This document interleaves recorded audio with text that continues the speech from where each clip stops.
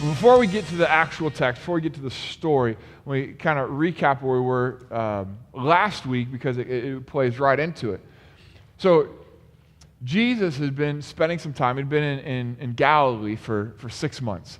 He'd been doing different miracles and ministry and all kinds of stuff over the area in Galilee. It's where the feeding of the 5,000 happened and all of that.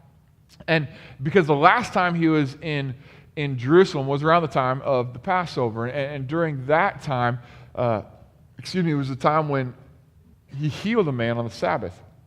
And the crippled man, and he heals him right in front of everybody. So in fact, deliberately in front of everybody, so everybody could see it. And he knew it would tick people off, and I think that's why he did it. And all the religious people were looking at it, and he was using that moment as kind of a teaching tool, a sermon illustration, if you will. And he used that to point to the fact that, hey, listen, I only do what the Father tells me to do. I am the Son of God, I paraphrase a little. And so they hated him for it. They thought he was a heretic. And so they tried to kill him. So he goes off. He spends some time in Galilee. And now this other festival is coming up. It's called the Feast of Booths or the Feast of Tabernacles. Same celebration, just different translations call it different things. And so his brothers said, hey, why don't you come down with us? And so everybody can see your miracles. And they were just kind of jabbing at him and taking shots at him. They didn't actually believe in him. Well, what we learned is that they're his brothers. They knew him better than anybody else, right? Remember that they had this personal relationship with him that maybe nobody else had. They knew him so closely, and yet they had not chosen really to see him. They'd seen him as a teacher and they knew him as a friend and all these things, but they never knew him as Lord. And in essence, they never surrendered to his authority. And John gives us some commentary that says, man, they didn't believe in him. We saw Jesus' authority, and we were challenged to not just be really like, the goal of Christianity is not to like be Jesus' like BFF. Though he does invite us into relationship, the baseline of our salvation hinges on surrender to his authority. And we looked at that last week. Well, now his brothers had gone to this feast. They left Galilee. They traveled south to get to Jerusalem to celebrate this feast. So I want to talk about this. So Jesus is just about to head that direction, but the rest of our text today is going to center around the celebration. So I want to share a little bit about what this is all about. So every year, the people of Israel had 3 big celebrations that they would celebrate every year, where every single male Israelite had to travel to Jerusalem to celebrate this festival. Now, historians and many scholars say this is the Feast of Tabernacles, was one of the most popular ones among the Israelites. It was just a fun celebration. What they would do for 7 days, I mean, they knew how to do holidays, right? Like 7 days, not just one, 7 days, they would, now this is a little bit different, they would build these like little lean-tos or little sheds, these little booths, if you will, out in front of their house or on their property somewhere. They'd maybe cover them with palm trees or something. There's these kind of rough little makeshift little sheds, and they would live in those for a week. And the reason they would do this is because it was all about, this whole festival was all about remembering God's provision. You go, that sounds like a weird way to remember God's provision, doesn't it? But what they were doing is they would remember back to Exodus chapter 17. Exodus chapter 17 is a story when the people of Israel had just crossed the Red Sea, and they were thirsty. They were in the wilderness. There was nothing to drink, and they were going to die if they didn't have something to drink soon. And they're in the wilderness. They're complaining to Moses about this. Moses takes their request to God, and God says, hey, go hit that rock, and water will come out of it. Now, I remember hearing about this story when I was a kid, like in Sunday school and all that kind of stuff. You see little pictures or whatever. And I guess the picture I kind of had in my mind as a child was like, Moses took his stick and he hit the rock and then he made a drinking fountain, right? I remember being like in grade school, like in line for the drinking fountain when you're like the last one in class, like the 12th one. You're like, oh, I got to wait forever. Could you imagine being like number 2 million out of the Israelites and waiting for your turn? People would be dying off. See, when Jesus does miracles, he works in extravagance, doesn't he? And he's got to feed 2 million people have to drink. And so Moses hits the rock, the God instructs him to rock, and the way I see this thing playing out, a river appears. And here this river is flowing, and all the Israelites see the provision of God, and they gather, and they come up to the water, and they drink, and they drink, and they drink. I mean, here they were in the desert, in the wilderness. They're dry, they're parched, their skin is dry, their mouth is dry, they're hurting, they need their thirst to be quenched, and here this river of water appears in the desert, and they go and they drink freely. It's a beautiful picture of God's provision in the middle of a desert. And so God told the Israelites, I want you to don't forget that. Don't forget that when you find yourself in the wilderness, when you find yourself in a desert, when you find yourself in a dry place, don't forget that I am your provider, that I am the one who quenches your thirst. And so he sets up this feast. And so that's why they build these shelters, to remember their time in the wilderness. So here, night after night after night, for 7 days, they're sleeping in these little huts that they build to remember their time in the wilderness. And then every day they'd gather, they'd go, and they'd make their way to the temple. And in the temple, every day, the priests, they would leave the temple courtyard, and they'd pray. We got a picture. I'll show you a picture of it. This is just kind of a model of the temple. So that large arena type of building up there at the very top of the screen, that's the temple. And they would leave through that gate in the temple right there in the corner, and they would follow that path that's kind of drawn out, marked out in black there, and that circle at the bottom, that's called the Pool of Siloam. And what they would do is these priests would take empty jars from the temple, and they would kind of parade their way down. There'd be singing, and there'd be excitement, and it was a fun time. And they'd come down to the Pool of Siloam, and they'd take their jars, and they'd fill them up with water from the pool. And then they'd take these full water jars, and they'd walk them back up. And again, this is this big, exciting deal. And all the priests would gather in the temple courtyard. And here's another picture of the temple. Now, I know a lot of times you think of temple, I don't know what comes to your mind, but the temple itself is actually that thing in the middle, okay? The little deal in the outer courts of the temple is right there. The large structure, that is the temple courtyard. And it's hard to get to scale, but you could fit 15 football fields inside of those walls. I mean, so this is a massive structure. This is an arena, if you will. This is huge. And so here is this temple courtyard. Now, Jesus, whenever you hear Jesus went into the temple, he didn't actually go to the temple. Only priests went to the temple. When it says he went to the temple, it was into the temple courts. It was into this area, the broader courtyard area of the temple. So there'd be teaching, and people would gather for prayer and different things. And so this is where they would bring all of those water jars back. So all the people would gather in this temple, in this courtyard, this huge area.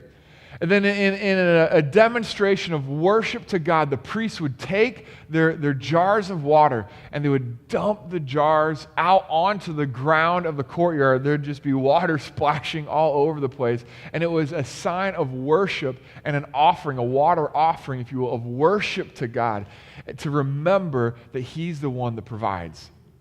And then in the middle of this, there'd be instruments that'd be playing, there'd be singing that'd be going on, there'd be celebrating. The celebration would go into the night. They'd light menorahs. The whole place would light up. The priests would read, they would commonly read Isaiah 55 and other scriptures. But Isaiah 55 says this, "Come, all who are thirsty, come to the waters. You who have no money, come buy and eat." It says, "Come, all who are thirsty, come to the waters." And here's this picture of God being the provider. And here's the other side of this festival, is that it was to celebrate God providing water in the desert, but also to look forward to the Messiah who had come, who would give living water. And we see that if you were to take the time to read through Isaiah 55, you see some foreshadowing of the Messiah to come. And so this year after year after year after year, there'd be this celebration and water poured into the temple courtyard, and people worshiping God, and the priests shouting, "Thanks to the Lord, thanks to the Lord, give thanks to the Lord." And there's this wonderful celebration of God's provision of water in the desert and looking forward to the Messiah. So this is the context in which our story takes place today. And it comes to play very strongly as we look at what unfolds. So Jesus is in Galilee. His brothers leave, and then we come to verse 11. Verse 10 says, however, after his brothers had left for the feast, he went also not publicly, but in secret. So now he's sneaking into Jerusalem. He didn't want to come with his brothers. They're going to make a big spectacle of it all. He came in quietly. Verse 11, now at the feast, the Jews were watching for him and asking, where is that man? Remember, 6 months ago, he was just chased out of there. They were trying to kill him. But they knew that all Jews have to come. And so everybody's like waiting. He healed a man. He's doing miracles. But the priests and the Pharisees, they want to kill him. Those don't fit in my mind. So what's going on? There's confusion and there's uncertainty. And everybody's looking for him to know what's going to happen. So at the feast, the Jews were watching for him and asking, where is that man? And everybody had a different response. Verse 12, among the crowds, there was widespread whispering about him. Some said, oh, he's a good man. Others replied, no, he deceives the people. But no one would say anything publicly about him for fear of the Jews. Okay, so we get this picture of this crowd of people. And it says for fear of the Jews. You remember, if you're new with us, that phrase, the Jews. I mean, everybody in the story is a Jew. The phrase, the Jews, is a phrase that John, the author of our text today, that he used to connotate opposition to Jesus, okay? So he's not saying all Jews, but he's saying for fear of the Jews, for fear of the opposition to Jesus, for fear of, which is typically the Pharisees and the priests, for fear of those in authority. They didn't say anything. So here it is, the crowd. Jesus is about to walk into this crowd. There's a crowd of people who are very, very uncertain. There's very, very, there's just a lot of whispering. Everyone's got thoughts, but nobody wants to voice their opinion. What do you think about Jesus? And really, the conversation is what am I supposed to think about Jesus? What do you think about this? What do you think about this? How should we feel about this? He does miracles, and so everybody's afraid of what everybody else thinks, particularly the authority. So all of this is just kind of happening in a hush. And so what I think John chapter 7 is so cool. What's happening is there's this one event that's taking place, this one celebration that's taking place.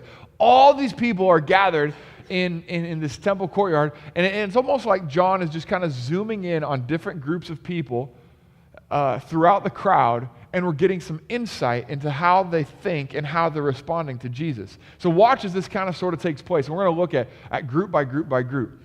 So first, right away, we see the crowd, just the general population is very, very divided. Some say he's a good man. Oh, he's a good guy. Others say, no, he's a liar. He's deceiving people. And then verse 14, it says, not until halfway through the feast did Jesus go up to the temple courts and begin to teach. So it's a 7-day feast. So he goes right there in the middle of the whole thing, day 3 or 4, he shows up. And he shows up into probably a hostile environment, or at least a divided setting, and everybody's thinking different things. But he just kind of just walks in nonchalantly and just begins to teach in the temple courtyard. So he's sitting there and he's teaching, and even as he begins teaching, he's still got very, very different opposing views of him. You see, some people there in the crowd, they're saying, man, they're just impressed by him. Man, this guy, how does he know so much? He didn't study at the top colleges or universities or whatever. He didn't have all the teaching and stuff, but he's brilliant. Others, as you read down a little bit, Jesus says some things that kind of offend some people, and they're like, he's just crazy. He's just a crazy old man. Why would anybody listen to him? He's just kind of like, he's nuts.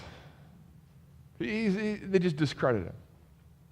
Well, he continues to go and he continues to teach. And eventually we get to verse 25, and we see this other group of people that is introduced in the story, and that is the Jewish people, or not the Jewish people, the people of Jerusalem. You see, all of them are Jews, but the people of Jerusalem, they're kind of in the know, right? This is before, modern communication, right? So what's happening in Jerusalem doesn't spread as fast as maybe it would today. And so the people of Jerusalem know all the hostility that's taking place. The people of Jerusalem, the Jews in Jerusalem, have been hearing the Pharisees and the high priests say over and over and over that Jesus, he's a radical, that Jesus he's a heretic, that Jesus is an antichrist, that Jesus he's a fake, he's a phony, he stirs up rebellion, he's anti-Moses. They're saying all these things to get people to be anti-Jesus, and it worked because these people are vehemently against Jesus big time. And so listen what happens. At that point, some of the people of Jerusalem began to ask. Again, these are those in Jerusalem live there. Isn't this the man they're trying to kill? Right? So here it is, he's teaching and nobody's doing anything. We've been talking about 6 months about killing this guy. Now he's teaching in your temple. And you're just going to sit there and not going to do anything? Here he is speaking publicly, and they're not saying a word. Have the authorities really concluded that he is the Christ? Now, this is interesting to me. So you go from the people in Jerusalem, they see that the authorities aren't doing anything. They wanted to kill him, but since they're not killing him, what is their next assumption? That they're his followers now. Doesn't that seem like a big jump? Right? See, because today there's like a billion options in between when it comes to recognizing who Jesus is, right? Right? Like he's a good guy, or I like some of what he has to say. I think some people take his stuff too far, but you can't hate the guy. Oh, I love Jesus, but his followers are crazy. I'm not really into religion, but I like what he has. There's 1,000 options between kill him and worship him. At least there is today. The reason that I think they took such a sharp assumption, such a drastic assumption, is because Jesus never made allowances for any of that in between. See, he walked right into an environment of religious people, and he said, listen, you think you know God, but the only way to know God the Father is by believing in me, the Son, whom he sent. You think you know God, but you don't know God unless you know me. I am the Son of God. I am the only way to the Father. I am the Christ. I am the one you're looking for. So, the options were, he's right, and you worship him. Or he's wrong, and if he's wrong, he's crazy, obviously nuts. And he's a heretic, and he's a threat to the true followers of God. There's no other options. And see, even his opposition knew that, because their immediate assumption was, wait, did those who are trying to kill him now become his followers? Because they couldn't have decided anything in between. I thought that was interesting. But this is their response. Have the authorities really concluded that he is the Christ? Verse 27, but we know, okay, we've got the real knowledge. We've got the information. I don't know about those guys. They might have lost it too. But we know where this man is from. When the Christ comes, no one is going to know where he's from. Maybe you've never heard anybody practically today use that argument, but it holds about as much weight as, if God is truly all-loving and all-powerful, then why does all the bad things happen in our world? Ha! Gotcha! Right? I mean, that you've seen it. Maybe you've held to that. Maybe you still do a little bit. God can't be who he says he is because my human reasoning doesn't allow it.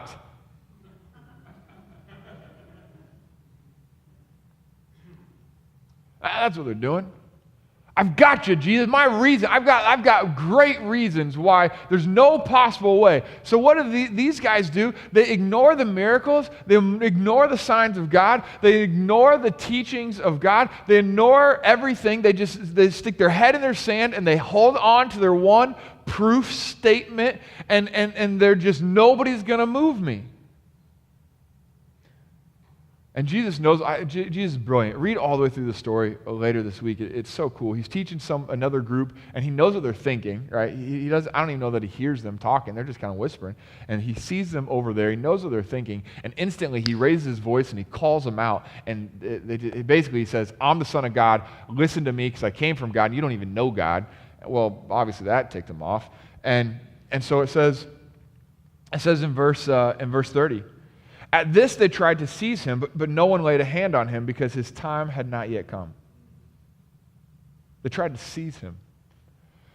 You see, these people, they were trying to take Jesus by force. And maybe you've met some people like that. They're going to attack. Wait, you're backing down? I'm not backing down. Jesus, you are a heretic. Jesus, you are false. Jesus, we're going to get you. Jesus, we're going to put you down. Next verse. Still many in the crowd put their faith in him. You can't stop him. You can't stop him. In an environment of opposition, people saw the truth. And they came into the light. They saw him for who he was. You can't stop him. You know, some people fear for our nation's future. And the world is going downhill and America is going downhill. We're no longer a Christian nation and all this kind of stuff. And I don't want to go too far into this, but basically what I'm saying is we're paralyzed by fear at the trajectory of our nation. And trust me, I want my girls to be raised with moral standards and where that's normal. I get all that, and for the sake of my family and the next generations, I want biblical standards to be accepted and supported. However, you know what I see in the world today and see through history is that the gospel thrives the most in opposition. And so whatever the culture we find ourselves in, no matter what kind of opposition that we face to our faith, no matter what happens or what laws of the land remain or get changed, you know what? God is good, and guess what? People are going to come into the knowledge and the saving knowledge of Jesus Christ in the midst of opposition, maybe more than when there's not. So don't fear. Yeah, I'm not looking forward to some of what my girls have to face as they grow older in the world today. But God's on his throne, and people will know him. That's a side note. All right. I got to stop side noting and get back to the story. So here they're opposing him, they're coming against him, they're attacking him, and yet people are still putting their faith in him. I think it's awesome. Now all these people are starting to, now they're whisperings, right? They're not saying this loudly. They're not like running to him or anything, but they're putting their faith in him, they're believing in him. Hey, I think this guy is the Christ. And these whisperings are starting to spread a little bit more. Maybe it was like he's a good guy, no, he's a heretic. Maybe it was kind of even, and now all of a sudden he's teaching, and people more and more are going, hey, I think this might be something. And the Pharisees and the priests are hearing about it. Verse 32, the Pharisees heard the crowds whispering such things about him. Then the chief priests and the Pharisees sent temple guards to arrest him. It's interesting. There's some people who they just want to attack Jesus. And they're just directly do it. Other people do it indirectly. And those are these Pharisees and these priests, they're just sneaky. Like they're not going to go running around the courtyard chasing Jesus. They're going to send somebody else to do it. And so eventually Jesus leaves.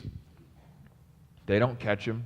He makes some comments about, prophetic foreshadowing comments about his death and whatnot. And then he doesn't come back for a couple of days. He leaves the temple, and we get the impression that he doesn't come back.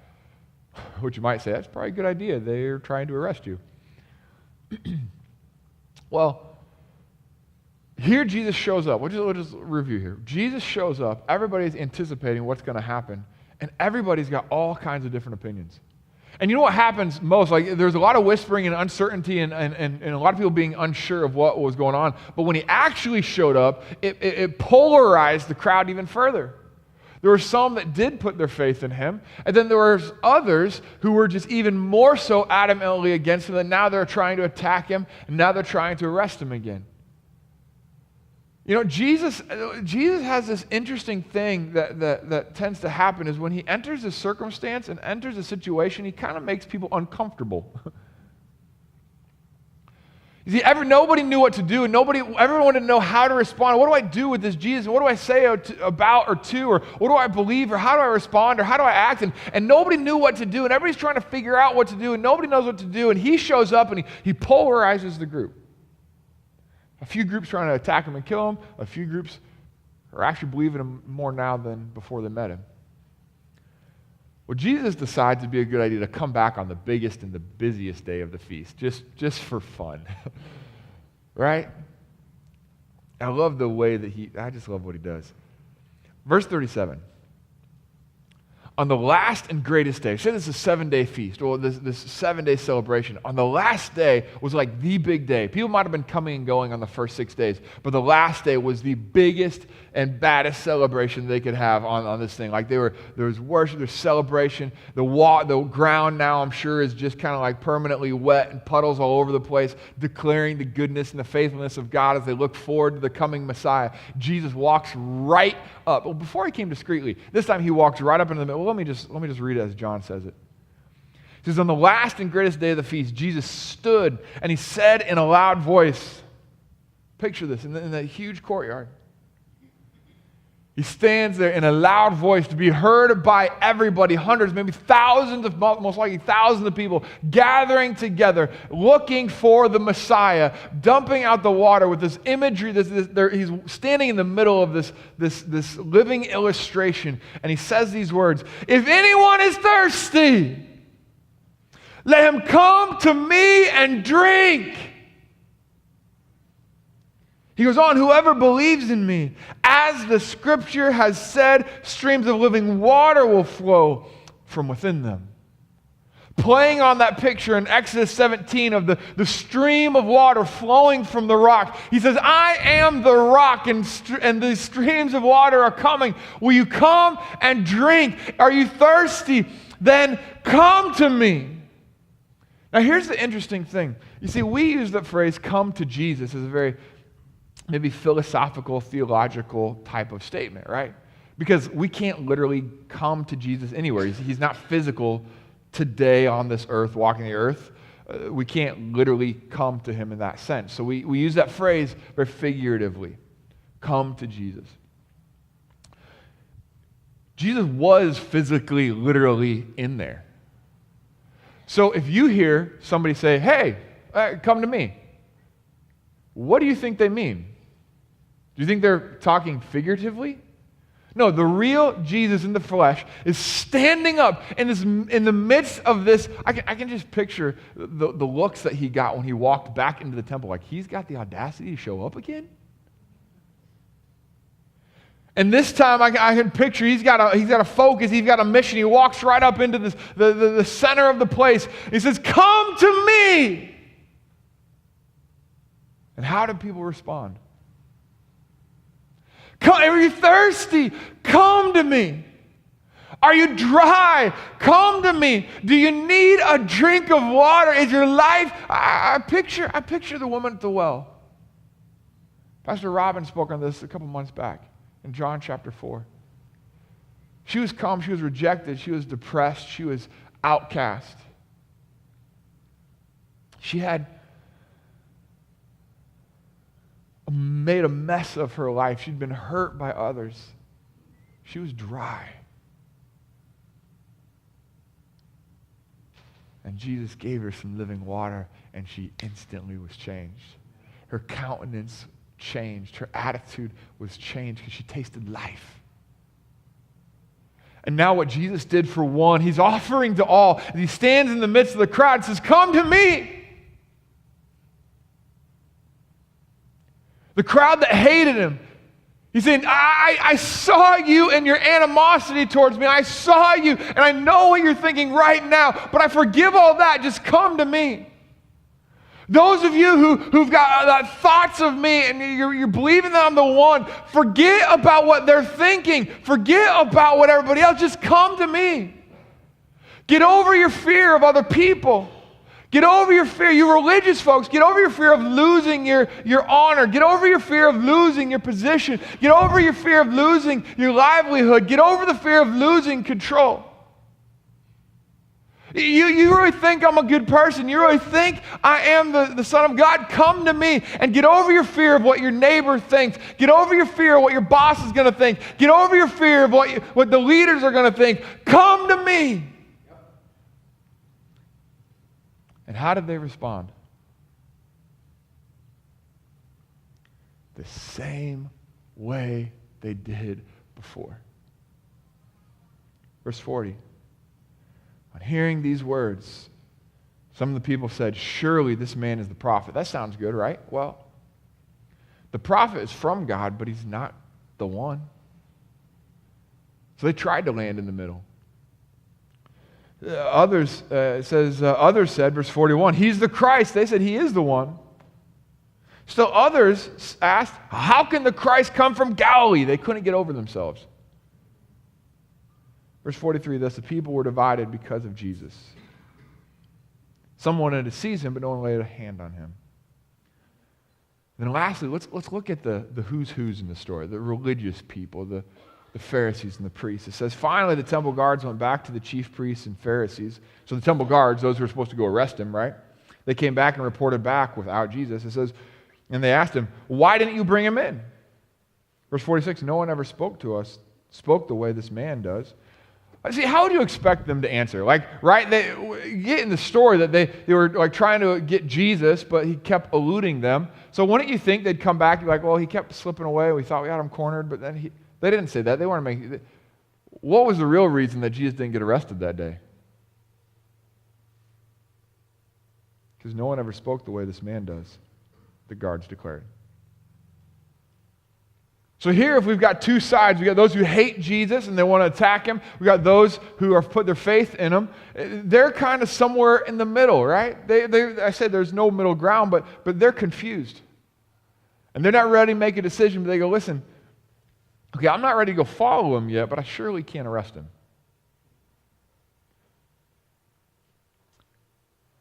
Verse 47. See what I told you? The Pharisees, they're just sneaky.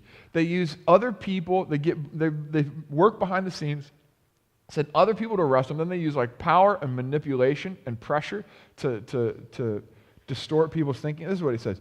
No one has ever spoke to us the way this man does, saying there's a part of me that has some kind of faith. There's a part of me that goes, I can't arrest this guy yet. They're considering these options. Verse 46. You mean he has deceived you also? The Pharisees retorted. Has any of the rulers of the Pharisees believed in him? No, but this mob that knows nothing of the law, there's a curse on them. Again, they're using manipulation to try to persuade. And then Nicodemus stands up. Nicodemus, the same Nicodemus that came to Jesus at night and was talking about being born again. He didn't follow Jesus. He was still a Pharisee, but he was very, very interested, to say the least. Nicodemus, who had gone to Jesus earlier, verse 50, and who was one of their own number, being a Pharisee, he asked, does our law condemn anyone without first hearing him to find out what he is doing? See, he's even a step closer than maybe the temple guard. The temple guard's going, okay, I'm definitely not following him, but I can't throw stones. Nicodemus is maybe a step closer and goes, okay, I'm definitely not going to, I'm going to cautiously defend him. You know, I believe there's a lot of people that are somewhere in this whole Christian sphere or church sphere, spiritual sphere in our culture today. Some, even people who have no relationship with God, will stand where the temple guards did, right? They'll stand and say, okay, I'm not following Jesus, but that blasphemous joke about, I can't, that's crossing the line. I'm not. There's something there, but I'm not following. You know what I'm talking about, right? Those who are like, I'm not going to go that far. I'm not going to attack him, but I'm definitely not following him. See, Nicodemus was on this other side where he goes, or he's the one that maybe you call yourself a Christian or something, or maybe you're at least loosely associated with church stuff, and somebody's like trashing the church or trashing God or saying awful stuff. And this Nicodemus would be the type of guy who would say like, hey now, well, and then he'd play on reason or play on just general morality or general ethics, and should we really be saying da-da-da? He's cautiously defending, but he still has never made that decision. And they get right back at him too. They replied, "Are you from Galilee too? Look into it, and you will find that a prophet does not come out of Galilee." So here we have Jesus making an incredible invitation. You know, last week we looked at the fact that Jesus calls us. Jesus never called people to follow at a distance. He called people to a point of decision. And I believe that's what Jesus was doing on this day. He steps up into a crowded arena filled with people with all kinds of views and perspectives on who he is. And he says, you guys all believe different things. Bottom line, who's going to come? Who's going to come to me? And you know what I think the saddest verse, and this is something I didn't even notice until yesterday. Looking through this a bunch of times, I didn't catch this till yesterday, but listen to what it says. As Jesus says, come to me. All you authority, come, and it's his invitation. Who's going to come? Who's going to come forward? Who's going to step up? Who's going to follow me? I don't care what you thought yesterday. I don't care what you thought a few days ago. I don't care what you did before. Who's going to come? But at the end of the day, John 8:53, or 7:53, the last verse in the chapter, then each one went to his own home. And nothing changed. I mean, if there's a way to set up a sermon and really to sell it well, come on. He used everything around him, right? The water and the priest and the celebration and the looking forward to the Messiah. And he steps into it all, and they're celebrating the provision of God. They're celebrating what God has done and the Messiah to come. And he steps up and he says, I'm here.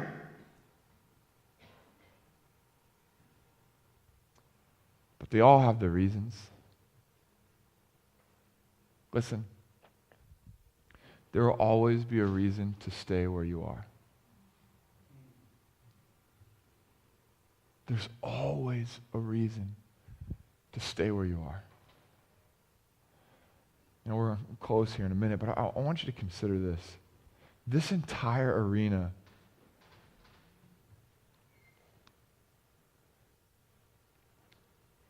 was driven by fear. Think about it.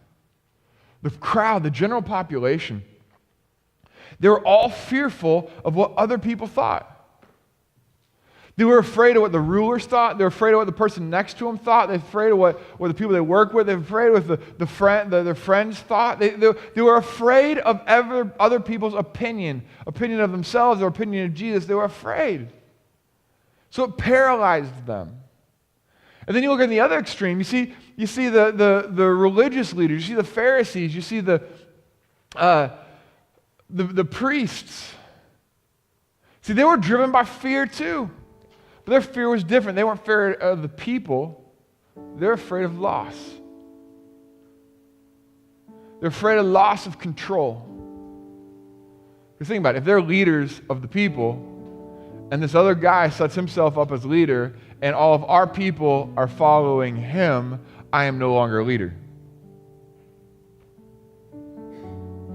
They were afraid of loss. They were afraid of loss of control. They were afraid of loss of their lifestyle.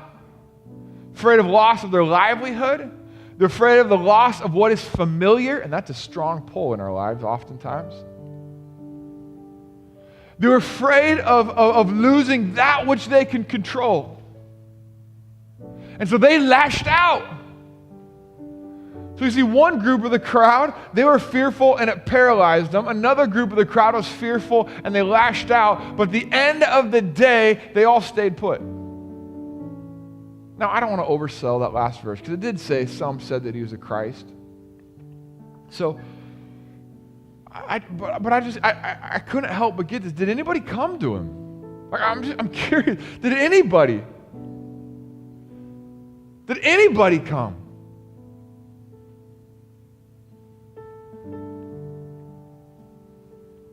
You know, the phrase "come to me," it carries with it a few different just thoughts, right? One is the thought of closeness, right? This idea of closeness. We looked at last week the fact that Jesus, first and foremost, he's our authority, and salvation hinges on our willingness to surrender to his authority, right? And if we're not careful, it makes us feel like God is kind of distant. And yet as we surrender to his authority, what is he saying all the time? Come to me. We surrender to his authority, but he says, listen, I want to know you. Come to me. I care about you. Come to me. I want you to know me, so come to me. He doesn't say just follow me. He doesn't say just do what I do. Those would be appropriate. He says, come to me. I want to know you. I want to be known by you. So let's do this together. Remember when he called his first disciples, the first of the 12? They started following him, and what did he say? He didn't say, yeah, just mirror me. He said, no, why don't you come to my house and spend the day together? He draws us in. Come to me. There's this feeling of closeness. But also with it is this idea that he satisfies. The woman at the well, man, she was a mess. But she left changed. She left refreshed. She left with life. In John 10, we're going to learn that Jesus says that I've come, they have life, that might have it to the full. She was just such an outcast and down and hurt and exhausted and worn out, and yet she left with the fullness of life when she tasted the water that he offers. He says, come to me and drink. I will satisfy the greatest cravings of your life, the greatest cravings of your soul. Taste and see I'm good. And you'll find life. He says, come to me and find closeness. Come to me and be refreshed. But you know what?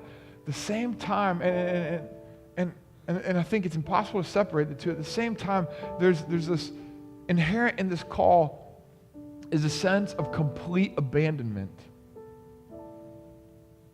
You know, it's interesting the way that we as just church culture world, American church world today, how we tend to do altar calls is interesting. Intentionally, we don't want to put extra pressure, unnecessary pressure on people that feel like the whatever. And so what we do, it's common. You turn the lights down low and every head bowed and every eye closed.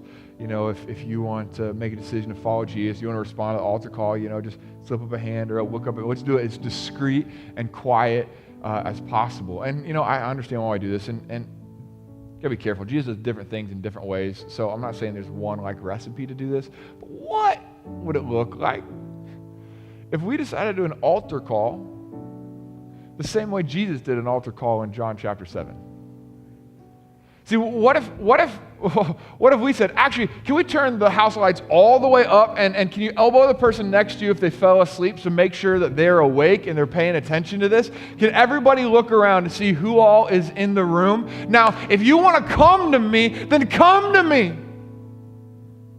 Stand up and be bold. Who cares what the person next to you is thinking? Who cares the consequences that you're going to face when your friends hear about it? Who cares about the control that you might lose? Let it go and come to me. Who cares who's looking around? Jesus is standing in front of an auditorium of people looking for one who will come.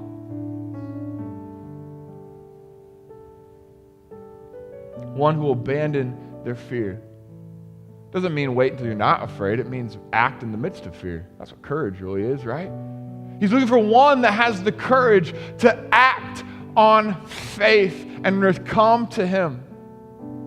one who's willing to act in faith and say, forget about if I lose all that I have, I'm going to come. So practically speaking, what does that mean? Jesus isn't here. We can't get up and just go follow him. What is it? So now back to the philosophical, theoretical. What does that mean? What is Jesus saying to us today? Because I'll tell you what, Jesus is saying the same thing today as he said in John chapter 7. He's saying, come to me. And this is what it means. For starters, for those of you, if you've never made a decision to follow Jesus, to surrender to his authority in your life, to ask him to forgive your sins, believing that he is the Son of God and experience the life that we have in him, then that's the first step. He says, come to me. He says, all things have been made old, or all things are old. He's making everything new. Sorry, I butchered scripture there. He makes all things new. He wants to take your life. He wants to take the brokenness. He wants to take the dryness, and he wants to revive it and make it brand new. Amen. We come to him. See, but listen, those of us who've already made that decision, we've crossed that line, we've prayed that prayer, we've asked him to come live in you, and it's real and it's legitimate, we're not off the hook. See, we love to use phrases like, my journey of faith, or I'm a follower of Christ, or those types of things. But listen, a journey is more than a step, right? And following Jesus doesn't mean we take a step. And I believe there's many Christians in this room and abroad where we think that because we took that step, well, I responded to Jesus. He said, come to me, and I came. I stepped right up to him. I said, Jesus, I'm here. But listen, he's calling you still today. You might have responded to him yesterday, responded to him 20, 30, 50 years ago, but he's calling you still today. And this is what he's calling you to. He's calling you to closeness. You see, we, as a church, we did this 30 for 30 thing in January. Remember, or spent 30 minutes a day with the Lord for 30 days. And man, some of you, I know in conversation, we're just refreshed and energized by the life of Christ when we give him that time. Guess what? He's still drawing you. He says, will you come to me? We've allowed busyness or schedules, or we've allowed just a variety of excuses, a variety of things to pull us away from that. And he's saying, listen, I'm still here. Will you come to me? I want to know you. Will you come to me? For others, you're just hurting. And you're tired. And you're worn out. And you just feel sick. And you don't know if you can keep going. Listen, he's calling to you today, saying, come to me. Look to me. I will give you hope. Look to me. I will give you life. Look to me. I will revive what was lost. Come to me, and he will make you new. Don't just think because I made one decision, I prayed one prayer, that he's still inviting us to come and follow on this journey of following him. But then lastly, there's some of you, some of us, that you know, before you came in today, you knew something that God was speaking to your heart that he wanted you to do. Or to stop doing. Could be either way, but he leads both ways sometimes. Something that he wants you to change in your life, some new direction he wants to take. He wants you to take in your life, a risk that he wants you to step into. There's some of you that you walked in knowing exactly what God is calling you to do, but for whatever reason, you did not move. You have not moved. And listen, I get it. There's always a reason to stay where you are. Just like the crowd, there's always a reason to just sit back and to whisper to the guy next to you. There's always a reason. There's always something that keeps me right where I am. But Jesus is saying, come to me. So you might lose control. Come to me. So you might have to take a big risk. Come to me. So you might have to do something that's uncomfortable. Come to me. And just lay it on the table and see what happens. For some of us, we follow Jesus, we've taken that step, we even know the closeness with him, but today he's calling you to complete abandonment. You know what he's speaking to your heart, so let's get moving. Let's come to him. Let's follow him into wherever he's leading. For some go, I can't risk my job. You don't understand what it is that's going on in my head right now. I can't risk losing my job. Well, seek godly advice, but listen to the voice of God. You don't understand. There's relationships that would fall apart if I do what I sense God is speaking to my heart. Well, seek godly counsel on how you're going to proceed with that, and then listen to the voice of God. Would you come to him even when it's uncomfortable? Will come to him when everybody around you doesn't understand it? Will you take the next step? The first step is wonderful. The next one's even better. There's always a reason to stay where you are. But I want to follow him every step of the way. Let's come to him. Father, we thank you for your grace.